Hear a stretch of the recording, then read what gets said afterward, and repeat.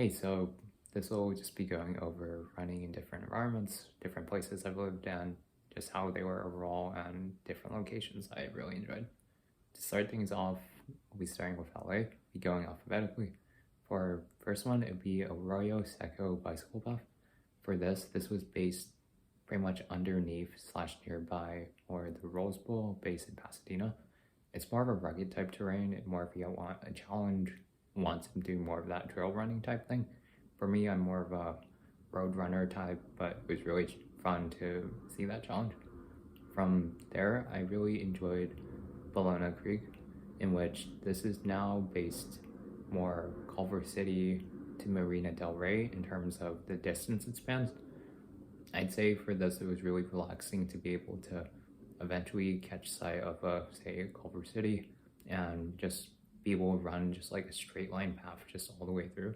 It was pretty fun, just you're just not interrupted by, say, like oncoming traffic. It was really restful and really fun to just be able to go past that and be able to enjoy the scenes from Ballona Creek. At that point forward, I really liked Echo Park. For that, it's that Echo Park Lake had been closed due to more just protests in addition to different scenarios before, but it reopened back up after, I want to say, May 2021. From that point forward, it was more enjoying the scenery of, say, like swan boats, in addition palm trees, and all the different plants and just different people's pets and animals at the end of the day. I'd say Marvin Broad Bike Trail was really great in terms of you can go from like a Santa Monica all the way to a Torrance. For that, it's pretty much, I always started with a Santa Monica.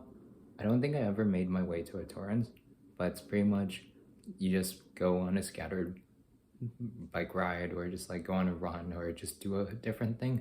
And it's always fun in terms of just like, I want to say this is one of the most touristy or like scenic things when you think of, say, like an LA or something in particular, as you always see just like the Santa Monica Pier or just like it blown up and just like something like that to accompany you. It's really fun, and although it might be a bit touristy in terms of the sheer amount of people at times, it's really great in terms of just like seeing the environment and getting a sense of all there is in an LA.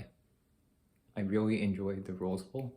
The Rose Bowl is based in Pasadena, and it's pretty much just a 5K type loop. And in the center, it's pretty much the Rose Bowl Stadium, and you're able to just do a full round loop, just rather flat for the most part, a bit of elevation here and there, but it allows you to get a full workout just from doing one loop itself. One that I didn't get but really want to try would be the Silverlake Reservoir Park, in which I used to bike a lot in my time in LA. I'd say by biking, I got a glimpse of the Silverlake Reservoir Park. I never got a sense of how it presented itself or different things from there. I really wish I explored that more in length, because it was more just being able to circumnavigate more general Silverlake area. Also came attached with it, there's like a company, say, dog park, and just like different things from there. So for Boston, starting things off, there's Boston Common alongside the Public Garden. For this, it's there are different loops that are pretty good in terms of just like the incline and general build up for things, but you're able to go all out in terms of just like want to do speed workouts or just do a tempo or just do different things, just being able to sort of have that environment. From that point forward, there was, I want to say, Boston Waterfront, which is pretty good. It's that it spans like 40 plus miles, but I oftentimes found myself, whether it's the Institute of Contemporary Art or just the Long Wharf where the aquariums and other things were. I'd say Charles River Esplanade was really fun in terms of you're able to just do a circle around the Charles, but in addition to that, you can also go from all the way from the Museum of Science as a starter, making your way all the way to Boston University. Or if you want to challenge yourself more, you could go into, say, stretch out to like, say, the Harvard general area, or make your way to, say, like MIT, or just like do loops around there, where you can just play around with like how you want to do that overall. I really enjoyed the Freedom Trail as well. The Freedom Trail is pretty much just 16-ish historical landmarks, and pretty much being able to run from, say, the Boston Common area, go across different monuments such as like the old State House, Paul Revere's house, in addition to other things at the end of the day, and being able to help just navigate your way around Boston, getting yourself familiar, and just taking a view here and there. Although, once again, this might be a bit more of a touristy one. One that I also found myself invested in later on my time in Boston would be the Southwest Corridor Park. Pretty much for this one, it's the connector from Back Bay to Forest Hills. Pretty much just being able to run the distance of just the farthest train stops one to another. I want to say this was the Orange Line, and just being able to see how they're interconnected by the overall bike path. But being able to go there was pretty fun, just being able to go just one direction to another, just taking in the scenery and general things as well. One that I really wanted to try was Boston's Emerald Necklace, in which, from doing my research, it was a more scenic view. And for this, it's pretty much, I wish I had invested more time in terms of doing more exploring and seeing something like that before parting ways and going to New York City.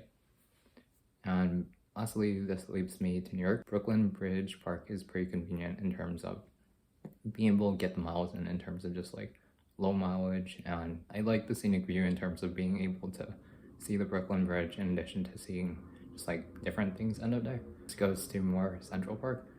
I'd say for Central Park, it's a pretty robust park in terms of like how built out it is and how many different pathways it has in between. But you can pretty much just find different trails that you might want to go with, and it takes a while before you exhaust all the different options and maybe get bored of it. There's pretty much wanting to go out of my way and just like try more long distance stuff, and figuring the easiest option, which is just like either go up, down, left, right, or just like directionally one way or another. This is Flushing Meadows Corona Park. It's one in which it's based more in Flushing, Queens, and it's slightly smaller, but I'd say it's similarly able to provide you with just a robust experience in terms of just like how built out it is and how you can do different loops and different pathways from there, and just take in their environment and just get a sense of that more park-ish feel. From here, I'd say Hudson River Greenway. For Hudson River Greenway, it's pretty much, it goes from like above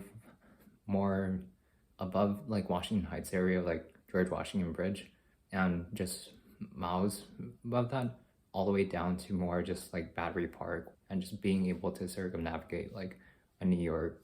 It's pretty much wanting to go out of my way and just like try more long distance stuff, and figuring the easiest option, which is just like either go up, down, left, right, or just like directionally one way or another. Prospect Park is really fun in terms of having it provide itself just different loops. I think for me, I'm more of a running person and really enjoy just like scenery that comes with it. And with that, it's more seeing people's pets and just like seeing how they have like more dog friendly and pet friendly policies, and being able to see that more frequent hours of the day. One that I've yet to try as of now would be a Roosevelt Island, in which I feel like a Roosevelt Island would be pretty fun in terms of just like circling perimeter, getting a sense of just what is Roosevelt Island in a general sense, and making your way around and just calling that the workout after taking the tram to get there in the first place. That would sum up just like all these different experiences in different cities. I think to recap these, it's pretty much just getting a sense of different parks, different cities, different scope of different places, and just finding something that best fits you. For me, I think one thing I'd want to do a bit more would be become more comfortable in terms of running on the road, in terms of more, say, like you're on the shoulder or you're in a walkway or just like general vicinity, but being comfortable just like dodging and weaving people and just like sort of doing that, but at the same time not being like a public nuisance while you do that. As I've seen runners just like being able to do that.